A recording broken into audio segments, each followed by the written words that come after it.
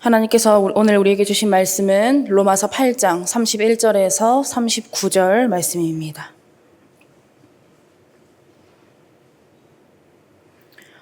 신약 성경 250쪽에 있는 로마서 8장 31절에서 39절까지의 말씀 교독으로 보겠습니다. 제가 먼저 읽겠습니다. 그런즉 이 일에 대하여 우리가 무슨 말 하리요? 만일 하나님이 우리를 위하시면 누가 우리를 대적하리요?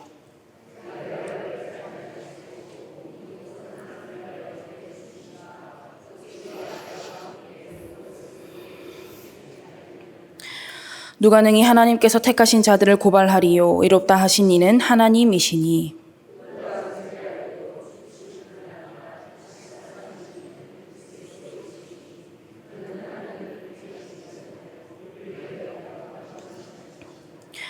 누가 우리를 그리스도의 사랑에서 끊으리요? 환난이나 곤고나 박해나 기근이나 적신이나 위험이나 칼이랴.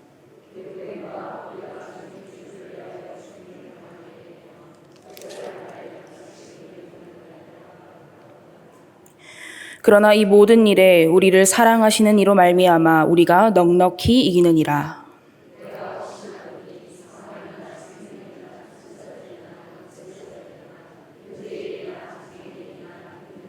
함께 봅니다. 높음이나 깊음이나 다른 어떤 피조물이라도 우리를 우리 주 그리스도 예수 안에 있는 하나님의 사랑에서 끊을 수 없으리라. 아멘. 할렐루야. 오늘도 하나님의 말씀을 통해서 풍성한 은혜 누리시기를 축복합니다.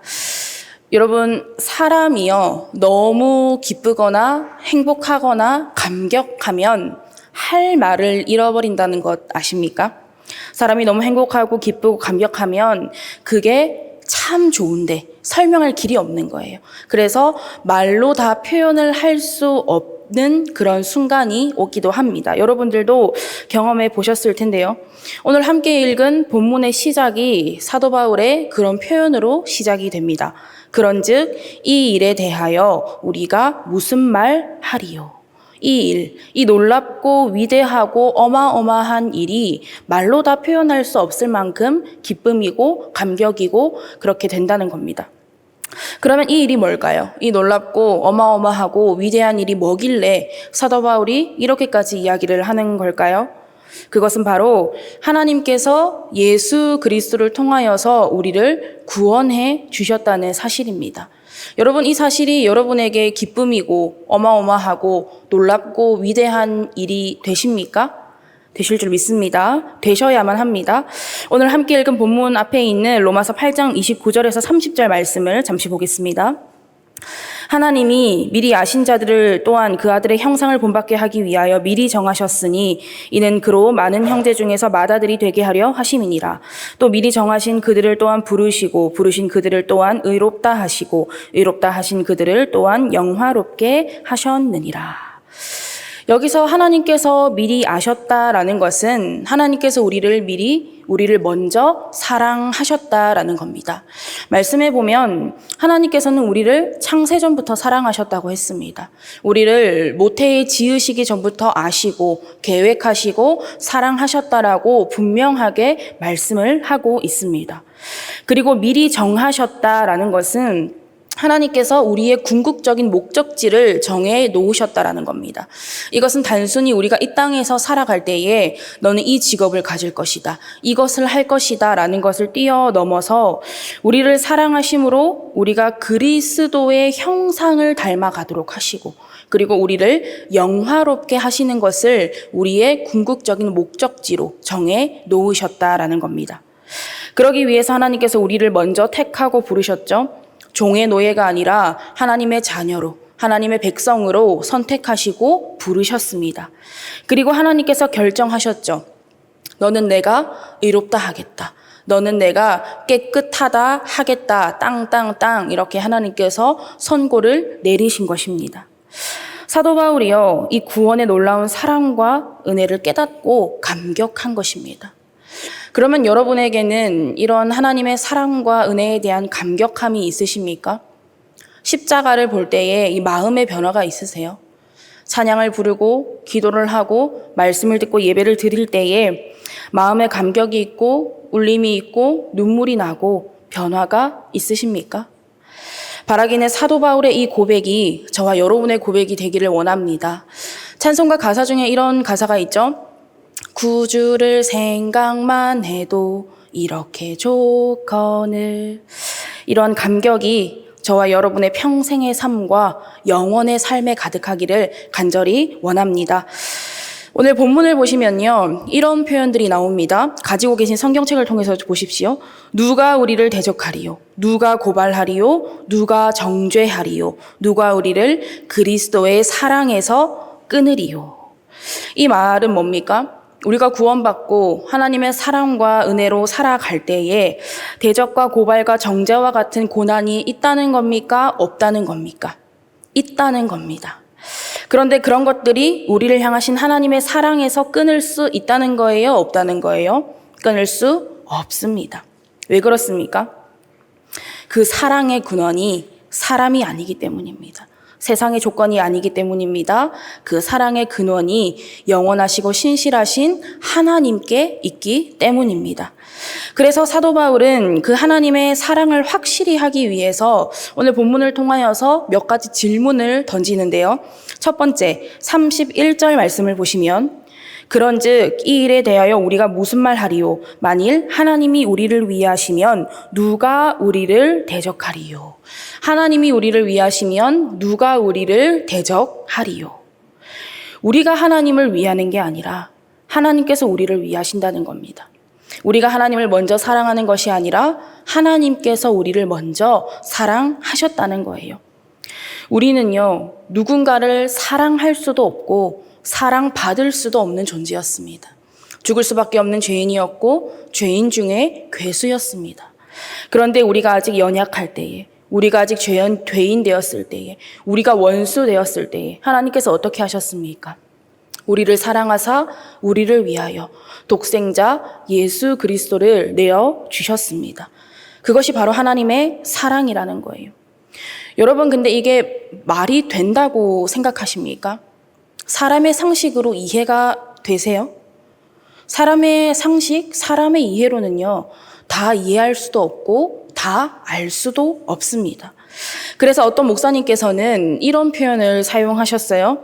우리가 하나님의 사랑을 다 이해하려고 하는 것은 물 한 컵을 들고 태평양 바다를 다 알려고 하는 것과 같다. 여러분, 물 한 컵을 가지고 태평양 바다를 다 이해할 수 있습니까? 태평양 바다는 고사하고 미량강도 다 알지 못하죠.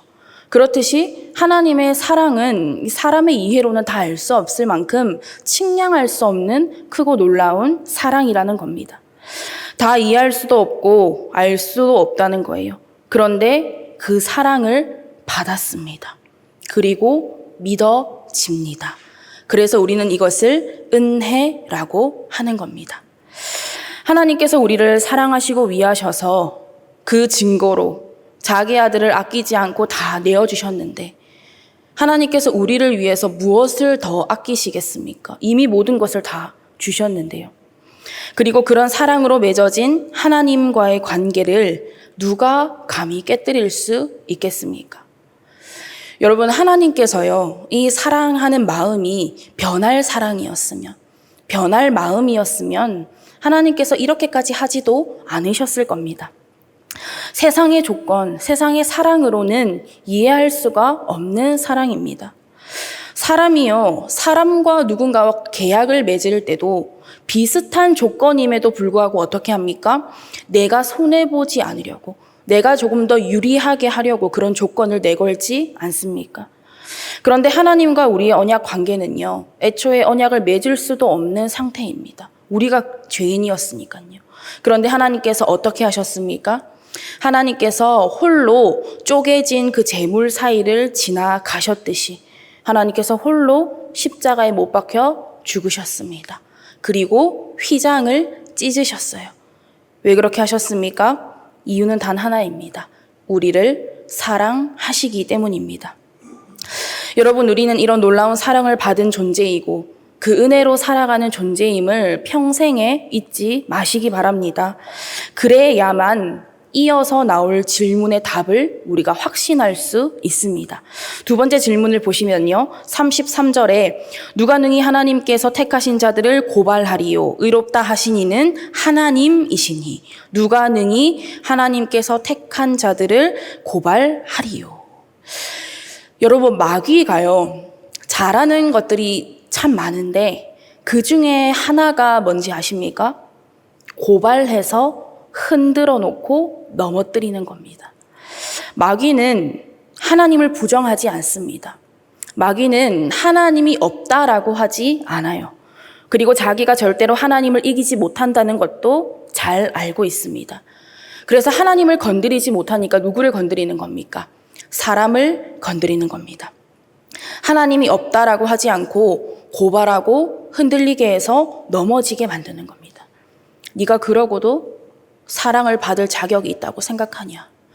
네가 했던 행동들, 네가 저질렀던 죄들, 이러이러한 거 있지. 나 다 알고 있는데 그러고도 네가 하나님의 사랑을 받을 수 있다고 생각하냐? 하나님이 정말 너 같은 거를 사랑한다고 생각하냐? 이런 식으로 마귀는 우리를 고발한다는 거예요. 그런데 마귀가요, 아주 중요한 사실을 하나 놓치고 있습니다. 그리고 우리는 이 중요한 사실을 반드시 붙들어야 합니다. 그 중요한 사실이 말씀에 나오죠. 의롭다 하신 이가 누구라고요? 사람이 아닙니다. 의롭다 하신 이는 하나님이십니다. 이 말이 무슨 말입니까? 앞서서 말씀드렸죠. 하나님께서 그 누가 뭐라 해도 넌 의롭다. 넌 내가 의롭게 하겠다. 넌 내가 깨끗하게 하겠다. 땅땅땅 하나님께서 정하시고 선포하셨다는 겁니다. 하나님께서 의롭다 하셨고 하나님께서 깨끗함을 입었다 하셨고 하나님께서 너는 더 이상 죄의 노예가 아니라 하나님의 자녀, 나의 자녀요 나의 백성이다라고 말씀하셨다라는 거예요. 우리의 힘으로는 마귀를 이길 수 없습니다. 그렇기 때문에 우리는 이 중요한 사실을 반드시 붙들어야 한다는 거예요. 그래야만 그 어떤 마귀의 고발에도 흔들리지 않고 넘어지지 않을 수 있다는 겁니다. 그 다음 세 번째 질문입니다. 34절 말씀을 보시면 누가 정죄하리요? 죽으실 뿐 아니라 다시 살아나신 이는 그리스도 예수시니 그는 하나님 우편에 계신 자요 우리를 위하여 간구하시는 자시니라. 누가 정죄하리요? 여러분, 우리가 어떤 존재라고 했죠? 조금 전에 말씀드린 것처럼 우리는 하나님의 크고 놀라운 사랑과 은혜를 받은 자들이고 그 사랑과 은혜를 힘입어서 살아가는 존재라고 말씀드렸습니다. 그런데 우리가 삶을 살아가다 보면 죄를 짓기도 하고 넘어지기도 하고 만나는 고난과 어려움과 문제들로 인해서 나 스스로를 정죄하고 나의 정체성을 갉아먹고 잃어버릴 때가 있다는 겁니다. 나 또 실패했구나. 나 또 넘어졌구나. 다른 사람들은 저렇게 잘 살아가고 있는데 나만 여기에 그대로구나. 다른 사람들은 신앙생활도 저렇게 잘 하는데 나만 여전히 제자리 걸음이구나. 하나님께서 분명 나를 하나님의 형상으로 만드셨고 심히 좋았다라고 말씀하셨고 더 이상 죄의 노예가 아니라 하나님의 자녀라고 말씀하셨음에도 불구하고 우리는 살아가다가 만나는 여러 가지 상황과 환경 가운데서 스스로를 정죄할 때가 있다라는 겁니다. 그러나 그런 중에도 우리가 반드시 기억해야 할 것은 지금 이 순간에도 예수님께서는 하나님 우편에서 우리를 위하여 간구하고 계시다는 겁니다. 이 말이 무슨 의미입니까? 하나님께서 다 알고 계시다는 거예요. 그리고 하나님께서 다 알고 계신다는 것이 무슨 의미입니까? 하나님께서 일하신다는 겁니다.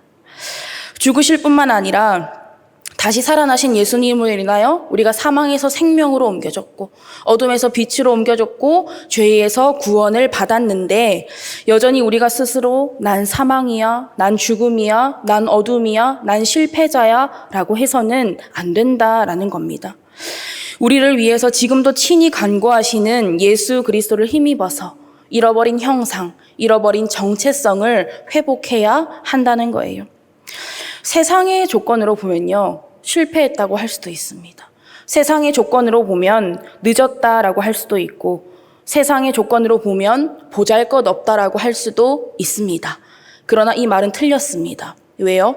세상의 조건이니까요. 우리는 나 스스로 그리고 다른 사람까지도요, 세상의 조건이 아니라 하나님께서 하나님의 형상으로 만드시고 심히 좋았다라고 말씀하신 그 원래의 형상, 원래의 정체성으로 나와 다른 사람을 바라볼 수 있어야 한다는 겁니다. 다음으로 마지막 네 번째 질문입니다. 35절 말씀에 누가 우리를 그리스도의 사랑에서 끊으리요 환난이나 공고나 박해나 기근이나 적신이나 위험이나 칼이랴. 누가 우리를 그리스도의 사랑에서 끊으리요. 끊을 수 있다는 겁니까? 없다는 겁니까? 끊을 수 없다는 겁니다. 그러면 환난이나 공고나 박해나 이런 것들이 아예 없다는 걸까요? 아니요. 예수 믿어도 고난은 있습니다. 이것은 여러분들도 잘 아시는 사실입니다. 때로는 하나님 도대체 제가 뭘 잘못했습니까? 하나님 제가 교회도 잘 다니고 하라는 것도 다 하는데 하나님 저한테 도대체 왜 이렇게까지 하십니까? 싶은 순간도 있습니다. 고난에 대해서 이거다 저거다 누구도 아무렇게나 확신할 수는 없지만 분명한 것은 예수 믿어도 고난이 있고 예수 믿고 더 큰 고난이 올 수도 있다는 겁니다. 그런데요, 하나님의 사랑과 은혜를 확신하면 고난의 과정이 달라지게 되고 고난의 결과도 달라지게 되는 겁니다. 도무지 이해할 수 없는 상황들, 도무지 받아들일 수 없는 고난들, 이 모든 것들이 하나님의 사랑과 은혜를 확신하니까 그게 다 쓸모없는 것이 아니라 중요한 퍼즐의 조각임을 깨닫는 겁니다. 그리고 이렇게 고백하는 거예요. 아, 하나님께서 나를 멋진 그림으로 만들어 가시는 거였구나. 이런 믿음의 고백을 하게 되는 겁니다. 저는 개인적으로 이 자리에 서 있을 수 있는 것이 저에게 얼마나 큰 은혜인가를 가면 갈수록 깨닫고 있습니다. 제가 16살 때 아버지가 사고로 돌아가셨는데요. 아무것도 할 수 있는 게 없었습니다. 그런데 딱 한 가지 할 수 있는 게 있더라고요. 하나님께 기도하는 거였습니다. 그 당시에는 기도해야 해서가 아니라 기도하지 않으면 살 수가 없겠더라고요. 그래서 하나님의 바짓가랑이를 붙잡고 늘어지듯이 그렇게 기도를 했습니다. 매일매일 어머니는 새벽 1시고 2시고 3시고 눈 떠지는 대로 집에서 기도하시고 교회에 나가서 기도를 하셨어요. 그러면 저는 이제 새벽 예배 시간에 맞춰서 혼자 일어나서 혼자 준비를 하고 교회로 가는데 문제가 있었습니다. 가는 길이 너무 무서운 거예요. 이 신삼문동은 도시잖아요. 그렇죠? 그래서 새벽에도 환하게 밝은데 제가 그때 살던 동네는 산으로 점점 이렇게 들어가는 모양에 있는 촌 동네였습니다. 여러분 그 가로등 중에 진한 주황색 가로등 아시죠? 요즘에는 잘 없는데 그런 진한 주황색의 가로등이 있었는데 그것도 드문 있었어요. 그러니까 저기서 누가 오면 그게 사람인지 뭔지 알 수도 없고 할아버지인지 할머니인지 남자인지 여자인지 알 수도 없을 정도로 그런 촌 동네였습니다. 그런데 설상가상 산에서 야생동물은 울지, 양옆으로 집은 있는데 군데군데 폐가는 많지. 그러니까 그 길을 걸어가는데 수많은 눈들이 나를 막 지켜보는 것 같고 혼자 그렇게 전설의 고향을 찍으면서 매일매일 어린 나이에 새벽 예배를 나갔던 기억이 있습니다. 그때 집에서 교회까지 한 10분 이상을 걸어가야 했던 것 같아요. 그런데 얼마나 무서웠던지 제가 매일 어떻게 갔냐면 그 이제 산에서 동물 소리가 들리니까 무서워서 양 귀를 이렇게 손으로 막습니다. 그리고 찬양을 크게 부르면서 집에서부터 교회까지 달려가는 거예요. 그러면서 찬송가를 불렀는데 그때 불렀던 찬양이 아직도 기억이 납니다. 마귀들과 싸울지라, 귀신 나올까봐 어린 나이 마귀들과 싸울지라 하면서 귀를 막고 교회까지 그 깜깜한 시골길을 뛰어갔습니다. 근데 제가 그때 뭐만 보면서 갔는지 아세요? 십자가만 보면서 갔습니다. 양사방이 어둠입니다. 뒤를 봐도 무섭고 옆을 봐도 무서워요. 그래서 그 교회 탑 위에 있는 십자가 불빛만 보고 뛰어갔습니다. 제 삶의 빛이 딱 그거 하나밖에 없더라고요. 그런데 참 신기하죠? 그렇게 무서워서 뛰어갔는데 교회에 딱 들어가자마자 마치 하나님의 품에 안긴 것처럼 두려움이 싹 사라지는 거예요. 그리고 하나님께 기도하고 돌아오는 겁니다. 그렇게 힘들고 어렵고 사람한테 상처받고 사람이 싫어지고 이해할 수 없는 상황들의 연속이었던 그 가운데서 하나님의 살아계심을 경험하고 하나님께서 함께 하심을 경험하고 하나님의 크고 놀라운 사랑과 은혜를 경험했던 시간들이었습니다. 그리고 평생의 사명을 깨닫게 하시고 평생에 붙들 말씀을 주셨습니다. 내가 달려갈 길과 주 예수께 받은 사명, 곧 하나님의 은혜의 복음을 증언하는 일을 마치려 하면은 나의 생명조차 조금도 귀한 것으로 여기지 아니하노라. 사도행전 20장 24절 말씀입니다.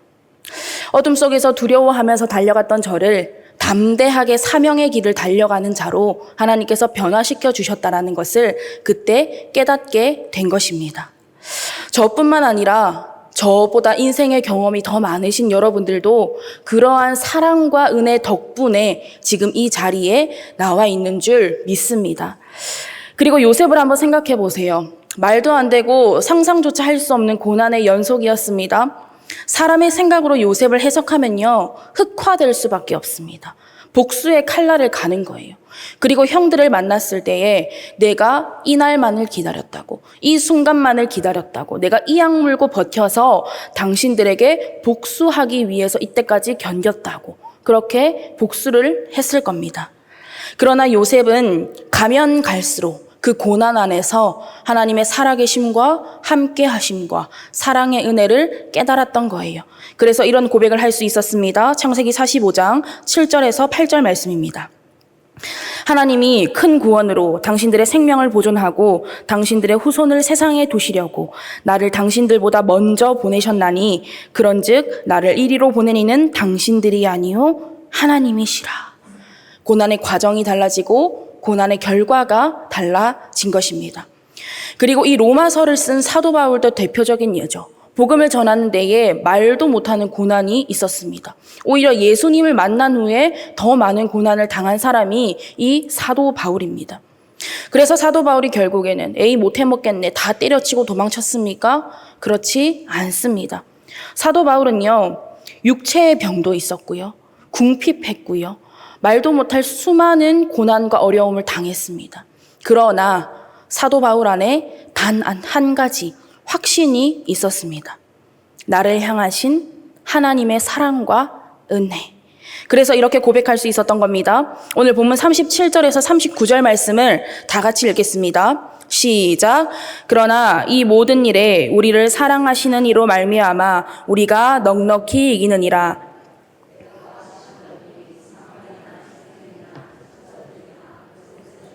현재일이나 장래일이나 능력이나 높음이나 깊음이나 다른 어떤 피조물이라도 우리를 우리 주 그리스도 예수 안에 있는 하나님의 사랑에서 끊을 수 없으리라. 아멘. 아멘이십니까? 하나님의 사랑에서 그 어떤 것도 우리를 끊을 수 없습니다. 이 사랑이 우리 삶의 근원이 되어야 합니다. 이 사랑이 우리 삶의 기반이 되어야 하고 우리 삶의 중심이 되어야 합니다. 하나님께서 우리를 사랑하시는데 누가 우리를 대적할 수 있겠습니까? 하나님께서 우리를 사랑하시는데 누가 우리를 고발하고 정죄하고 누가 우리를 그리스도의 사랑에서 끊을 수 있겠습니까? 여러분은 이 놀라운 하나님의 사랑과 은혜로 살아가고 계십니까? 그리고 그 놀라운 사랑 안에서 하나님의 살아계심과 함께하심을 경험하시면서 매일의 삶에 하나님과 동행하고 계십니까? 변함없고 한량없는 이 하나님의 사랑과 은혜를 믿으시기 바랍니다. 깨달으시기 바랍니다. 경험하시기 바랍니다. 이러한 믿음 가지고 모든 일에 우리를 사랑하시는 이로 말미암아 넉넉히 이길 수 있는 저와 여러분 밀양선결교회 모든 성도님들 될 수 있기를 간절히 바라고 원합니다. 기도하겠습니다. 하나님 아버지, 오늘도 귀한 말씀을 허락하여 주시니 감사드립니다. 잃어버린 우리를 찾기 위하여 독생자 예수 그리스도를 아낌없이 내어주시고 하나님의 자녀요 백성 되게 하신 사랑과 은혜에 감사드립니다. 우리에게 이 사실을 알면서도 제대로 믿지 못했고 아무런 감정 없이 입으로만 주여 하고 아멘 했던 모습이 있었다면 용서해 주시고 하나님의 한량없는 사랑과 은혜로 덮어주시기를 원합니다. 우리가 평생에 믿고 붙들어야 할 것은 오직 하나님의 사랑과 은혜밖에 없사오니 주님 만나는 그날까지 이 사랑과 은혜를 힘입어 달려가야 할 길을 벗어나지 않고 끝까지 잘 달려갈 수 있도록 주님 붙들어 주시고 함께하여 주시옵소서. 감사드리며 예수님의 이름으로 기도드립니다. 아멘.